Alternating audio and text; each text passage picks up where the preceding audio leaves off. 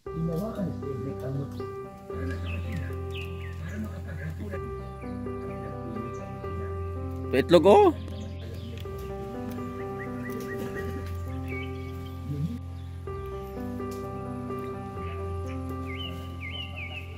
Hindi man lang siya nilibang ng matanda na para bang hindi nito alam.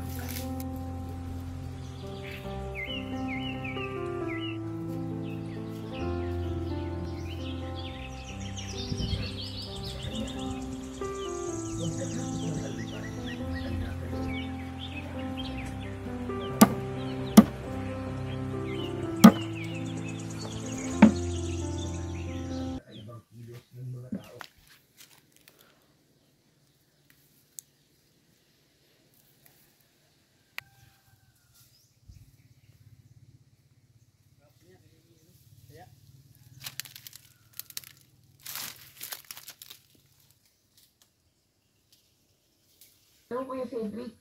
Saka wala talaga nagpupunta sa lugar na to eh.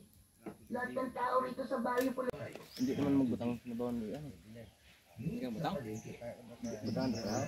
Mo. Dito sumahon dito sa tahin nagbalik yan kapgo. Yeah. Sikat na sa malaman ng tagiya sa restaurant. Dito Idol daw. sa doon doon.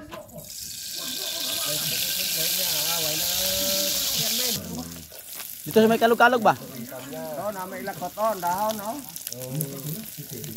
Yan. Oo, sa sabaw gali. Balunggay naman siya. Balunggay na? Oh, na may ilang kotya oh. Buwan na no. Dira ulo daw. Sa may kalog. May bobo na ba? Ang over pa. Tambay ka mo. Ay palaot. Kaya nangat malaw. Ito ya. Kasi sige ka man utang na. Ano ka na sa sura din kada sa araw. Magkano palay kuya? Nagkakaroon kasi din ang kakaiban niya kasi dito. Buwan na. Masusuot niya yun. Kaya malakas ang loob niyang tulungan ng mga tao kuya. Hindi. Nangisa man siya o wala. Delikado pa rin yung ginagawa niya. Isa lang ang buhay niya ang ulo. Naiintindihan ko ang nararamdaman mo Kuya Cedric. Pero gaya nga ng sinabi ko, hindi natin siya mapipigilan sa masamang mangyari kay Lolo Agapito. Napatingin sa labis na tensyon. Sige ka naman sa panawag ng mga isda. Pakukupan mo naman dahil pa tulag-tulag ka rin. Cedric kay Angelo ang pinto. Bawan. Napatingin si Cedric kay Angelo. Kaya niya ay Bakit yun na ni? Malapit na ang ating adobo. Kaabot ang kukupan mabuhi-buhi. So ano man na yan? Mumutong susuman oh. Galatab. Timot ano?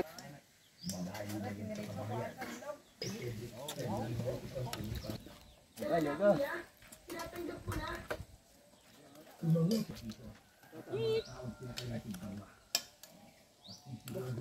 Kain, kain. Kain.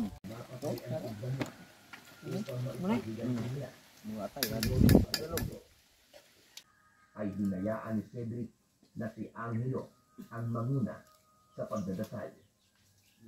Jesus, patnubayan niyo po kami sa gabi nito.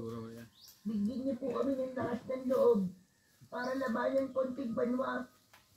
Hayaan niyo po kami na mabigyan ng hustisya ang pagkamatay ni Lolo Agapito at ng mga tao po dito sa baryo. Amen. Pagkatapos ng dasal ay tumagila sila. Umarap si Cedric kay Angelo at marahang hinawakan ang balikat nito. Huwag kang matakot, Angelo. Isipin mo na gagawin natin to, hindi lang para sa sarili natin, kundi para kay Lolo Agapito at sa buong baryo Pulang Tubig.